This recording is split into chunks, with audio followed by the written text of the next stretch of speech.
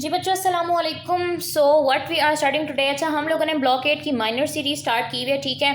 इस पर हम लोग मेडिसिन पढ़े और सर्जरी पढ़े। आप लोगों को पता है कि मेडिसिन में 20 MCQs हैं, सर्जरी में भी 20 MCQs हैं। अच्छा, अब बच्चों आप लोगों को जो मेन कंसर्न आ रहा है ना कि आपकी ये भी रहता है सिलेबस में, ये भी कवर करा दें, ये भी कवर करा दें। बच्चों मुझे पता है आप लोगों के सिलेबस क्या क्या है, ठीक है।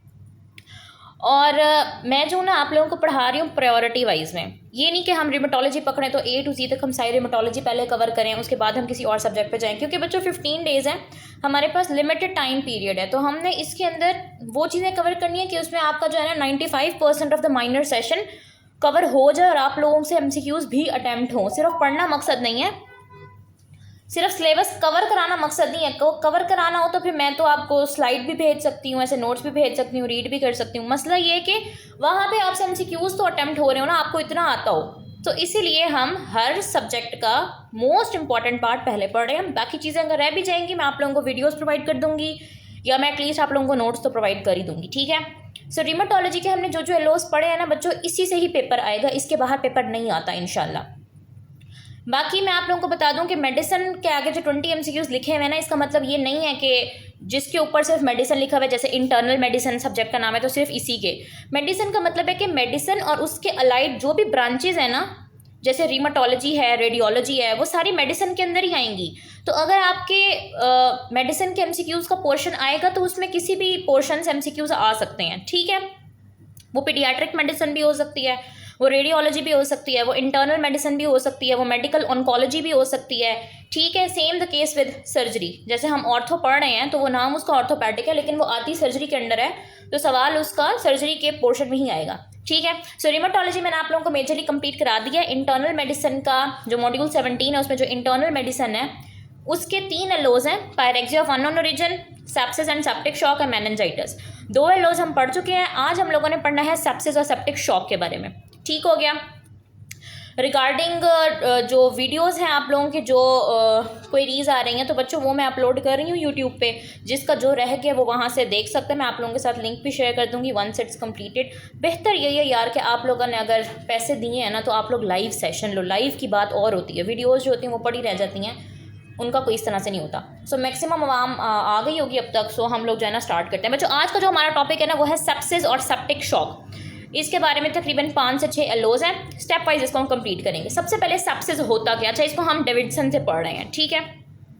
सेप्सिस बच्चों आपके पास एक लाइफ थ्रेटनिंग कंडीशन है, जिसमें क्या होता है कि बॉडी के अंदर अगर कोई इन्फेक्शन हुई, उसके बाद जो इम्यून सिस्टम है ना वो डिसरेगुलेट हो गया, जिसकी वजह से वो इन्फेक्शन एक ऑर्गन तक लिमिटेड नहीं रही बल्कि वो स्प्रेड आउट कर गई और उसने दूसरे ऑर्गन्स का डिसफंक्शन कॉज कर दिया, ठीक है। तो सेप्सिस आपके पास एक ऐसी लाइफ थ्रेटनिंग कंडीशन है जिसमें बॉडी एक इन्फेक्शन को एक ऑर्गन तक या एक ऑर्गन सिस्टम तक महदूद नहीं रखता, बल्कि वो फैल जाती है दूसरे ऑर्गन्स तक और उन ऑर्गन्स की डिसरेगुलेशन कॉज करा देती है या उनका फंक्शन ख़राब कर देती है, ठीक हो गया। अब कोई इन्फेक्शन हुई, आपका जो रिस्पॉन्स है इम्यून सिस्टम का रिस्पॉन्स वो एबनॉर्मल या डिसरेगुलेटेड आया। नॉर्मली क्या होता है, आपकी बॉडी के अंदर बैक्टीरिया आते हैं, आपको कोई इन्फेक्शन होती है, आपका इम्यून सिस्टम उस एंटीजन को रिकॉग्नाइज करता है, अप्रोप्रिएट इम्यून रिस्पॉन्स आता है, उतना ही आता है जितने की ज़रूरत होती है, वो इन्फेक्शन कंट्रोल हो जाती है और रिस्पॉन्स सेटल हो जाता है। लेकिन सेप्सिस के केस में क्या होता है कि या तो इन्फेक्शन इतनी ज़्यादा है या आपके अंदर इम्यूनिटी कम है या कोई भी फैक्टर की वजह से जो इम्यून रिस्पॉन्स आता है ना वो आपका वो एबनॉर्मल आता है, वो डिसरेगुलेटेड आता है, यानी कि इतने इम्यून रिस्पॉन्स की ज़रूरत नहीं होती जितना इम्यून सिस्टम रिस्पॉन्स आना शुरू हो जाता है। वो पुअरली कंट्रोल्ड होता है और वो इतना ज़्यादा एबनॉर्मल होता है कि वो अपने ही टिश्यूज़ को नॉर्मल बॉडी को हार्म पहुँचाना शुरू कर देता है, ठीक है। इसमें क्या होता है कि फिर सिस्टमिक इफेक्ट्स आने शुरू हो जाते हैं। मैंने वही बात की कि वो इन्फेक्शन आपके एक ऑर्गन या ऑर्गन सिस्टम तक लोकलाइज नहीं रहता, वो फिर पूरी बॉडी को इफेक्ट करता है। अभी हम आगे एग्जांपल पढ़ेंगे तो आप लोगों को ज़्यादा क्लियर हो जाएगा। उससे क्या होता है, ऑर्गन डिसफंक्शन, यानी कि ऑर्गन फंक्शनली अप्रोप्रिएटली काम नहीं करता, इतने ज़्यादा उसके ऊपर होस्ट रिस्पॉन्स या कि इफेक्ट आना शुरू हो जाते हैं और इसको हम कहते हैं कि बॉडी के अंदर सेप्सिस हो गया, ठीक है। फिर इसकी क्लिनिकल डेफिनेशन लिखी हुई है आपके पास डेविडसन के अंदर, एक टेबल बना हुआ है। इसको डेविडसन में ना 2 सेपरेट जगहों के ऊपर लिखा हुआ है सेप्सिस को, तो मैंने कोशिश की है दोनों जगह से डेटा उठाऊँ। क्लिनिकल इसकी डेफिनेशन क्या है कि आपके पास एक तो क्लिनिकल फीचर्स आ रहे हों, और साथ में अगर इन 3 में से कोई 2 या 2 से ज़्यादा सिम्टम्स मौजूद हैं तो हम इसको लेबल कर देंगे कि पर्सन को सेप्सिस है। पर्सन का जो ब्लड प्रेशर है, खासतौर पर सिस्टोलिक ब्लड प्रेशर, जो ऊपर वाला ब्लड प्रेशर होता है जिसे हम कहते हैं 120/80 नॉर्मल, तो 120 is the systolic blood pressure.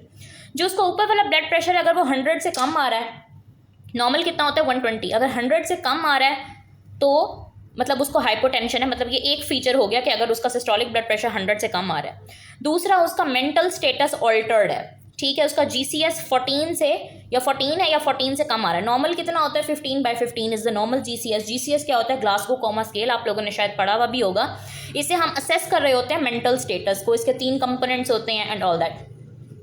और तीसरा वर्ड आ जाता है टेकिपनिया। टेकिपनिया कहते हैं बच्चों इंक्रीज रेस्पिरेटरी रेट, कि अगर उस पर्सन का रेस्पिरेटरी रेट 22 से ज़्यादा है, ठीक है, नॉर्मल कितना होता है 12 to 20 या 16 to 20 नॉर्मल होता है, लेकिन उस पर्सन का रेस्पिरेटरी रेट या तो 22 है या 22 पर मिनट से ऊपर आ रहा है, ठीक है। सो ये सेप्सिस का क्लिनिकल क्राइटेरिया है कि अगर इन कंडीशंस में से कोई से 2 कंडीशंस फुलफिल्ड हैं तो हम पर्सन को लेबल कर सकते हैं कि इसको सेप्सिस है। अब मैं आपको ना एक उससे समझाती हूँ, कह लें कि एक एग्जाम्पल से समझाती हूँ, ठीक है। आप इमेजिन करें बच्चों के एक पेशेंट को जो है ना वो निमोनिया हो गया, ठीक है। निमोनिया एक लंग इन्फेक्शन है जो कि आपके रेस्पिरेटरी ट्रैक को इफेक्ट कर रही होती है। अब पहले क्या हुआ कि उसको जस्ट इन्फेक्शन हुई, बैक्टीरिया उसके लंग्स के अंदर एंटर हुए, उस पर्सन को निमोनिया हो गया। बॉडी क्या करेगी? उन बैक्टीरिया को फाइट करना स्टार्ट करेगी, पेशेंट के अंदर सिम्टम आना स्टार्ट होंगे, फीवर, कफ, स्पूटम एट्सेट्रा। अब इसको हम बोलेंगे कि ये इन्फेक्शन है, ये सेप्सिस नहीं है, क्योंकि ये लोकलाइज्ड है लंग्स तक और उसी के सिम्टम्स आ रहे हैं, तो वो सेप्सिस नहीं है क्योंकि अभी तक इन्फेक्शन फैला नहीं है, ठीक है। अब स्टेप 2 आप देखें कि bodies response becomes too much. Body का रिस्पॉन्स नॉर्मल नहीं रहा, अब बॉडी का रिस्पॉन्स बहुत ही ज़्यादा हो गया, जितना चाहिए था उतना नहीं है, बॉडी का रिस्पॉन्स उससे ज़्यादा है, वाइड स्प्रेड रिस्पॉन्स है, ठीक है। बैक्टीरिया कंट्रोल नॉर्मली हो जाते हैं और रिस्पॉन्स बाद में सेटल हो जाता है, लेकिन सीवियर इन्फेक्शन में क्या हुआ कि बॉडी का रिस्पॉन्स डिसरेगुलेट हो गया, इम्यून सिस्टम ओवर एक्टिव हो गया, causing wide spread physiological disturbance. तो अब जो निमोनिया था ना वो सिर्फ लंग्स तक नहीं रहा, वो जो इन्फेक्शन थी, वो जो बैक्टीरियाज थे वो लंग्स तक नहीं रहे, उन्होंने severe dysregulated body response cause किया और इफेक्ट जो है ना वो थ्रू आउट द बॉडी आना स्टार्ट हो जाएंगे और डिफरेंट ऑर्गन्स उसकी वजह से अफेक्ट होना स्टार्ट हो जाएंगे। कौन कौन से ऑर्गन्स अफेक्ट हो सकते हैं बच्चों? कोई भी ऑर्गन अफेक्ट हो सकता है, आपके लंग्स अफेक्ट हो सकते हैं, ब्रेन अफेक्ट हो सकता है, किडनीज अफेक्ट हो सकते हैं, ब्रेन अफेक्ट हो सकता है, कोई भी ऑर्गन अफेक्ट हो सकता है और उस ऑर्गन का फंक्शन डिस्टर्ब हो सकता है, ठीक है। सो किडनीज अगर अफेक्ट होंगे तो उसके फीचर्स आना स्टार्ट होंगे, यूरिन आउटपुट कम होना स्टार्ट हो जाएगा, क्रिएटिनिन का लेवल बढ़ना स्टार्ट हो जाएगा, एक्यूट किडनी डिस्फंक्शन हो सकता है। ब्रेन के अगर अंदर सिम्टम्स आएंगे तो पेशेंट का GCS जो है ना वो कम होना स्टार्ट हो जाता है, पेशेंट कंफ्यूज हो सकता है, ठीक है। सो अगर इन्फेक्शन के साथ साथ ऑर्गन डिस्फंक्शन भी है तो हम उसको बोलेंगे कि सेप्सिस, और वो फुलफिल करो क्लिनिकल क्राइटेरिया को